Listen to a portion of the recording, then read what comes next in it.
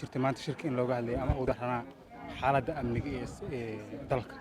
iyo mataqaanaa qorshihii amniga ay ku heshiiyeen dowladda dhexe iyo dowladda federaalka Soomaaliya bal arrintaasi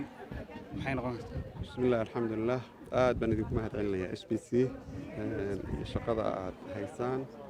waxaan oran lahaa su'aashaas marka aan si guud uga hadlo kaliya loogama hadlin arrimaha amniga kulanka maanta loogama hadlin si gaar iyo si guud ba intii la wada joogay halkan waa laga wada hadlay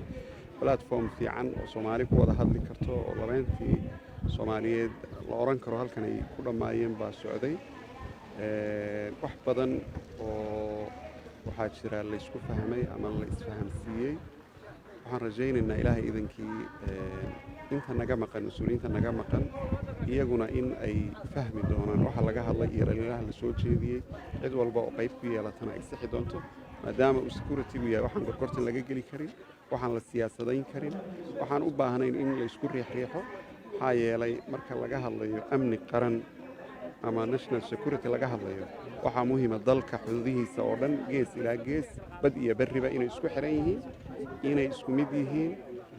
in la iska warhayo arrimaha iyo dhalilaha ugu badanna waxa ay fuushan yihiin dowladda dhexe ee Soomaaliya maxaa yeelay iyadaa laga rabaa waddanka mas'uuliyadda koowaad iyaday saaran tahay waddanka oo dhanna amnigiisa iyaduu saaran yahay annaga ka dowlad xulinka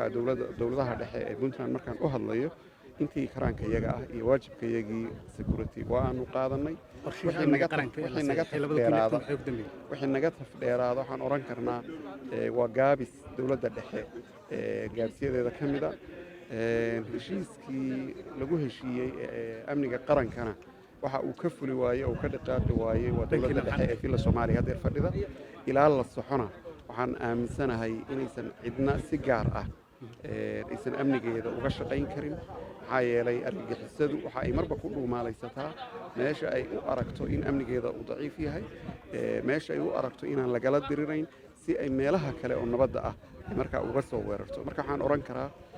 wixii horey u khaldamay waxaa loo baahan in laga gudbo haddeer gacmaha la iswada qabsado Soomaali waa mid amniguna hadduusan mid noqon amni lagu naaloodo Soomaaliya oo dhan lagama wada heli karo mana wada gaari karto marka mar labaad iyo mar saddexaad fariimaha aanu dirayno qolyahayaga amniga waxaa weeye amniga yaan la siyaasadayn amnigu mid ha ahaa midaan ku weydiinay waxay tahay dowladdan hadda u tahay wasiirka amniga ee Puntland intii aad jidhay waxay tababarro u socday ciidamo fara badan oo Puntland ka tirsan ciidamadaasi shaqadooda ma muuqato lama dhihi karo haddii maadaama ay buurihii galgala iyo calmadow ay ku dhuumaalaysanayaan al-shabaab iyo daacish maya lama oran karo maxaa yeelay xukuumaddan intii ay hadeer jirtay labadii sano ay jirtay ciidamada daraawiishtana waxaa tababarro loo soo xiray ilaa 4 dufcadood 3 kalena hadda ay xaraysan yihiin ciidamada booliska waxaa tababarro loo soo xiray 2 dufcadood hadeerna waxaa xaraysan 2 dufcadood oo mid ay saraakiil xigeen ay tahay ciidamada madaxtooyada waxaa loo soo xiray ilaa 3 tababar hadeerna 2 xaraysan arrintaa marka wax walba waxbaa ka horeeya waxaa ka horeeya ciidankii in la diiwaan geliyey oo maanta la yaqaano ciidanka Puntland ka howlgala magaciisa iyo tababarkiisa iyo kooxda ama ururka uu ka tirsan yahay waxaa xigtay taa markay dhammaatay tababarkii maanta waxaanu haysanaa ciidan diyaarsan oo tababar qaba oo tirkoobkooda la yaqaano oo agabkooda u dhammaystiran yahay waxaan oran karnaa nabadgelyada aynu haysanno oo ay maanta shirkan aynu caasimaddii Puntland ku hayno aad arkaysaan martida faraha badan oo isu timi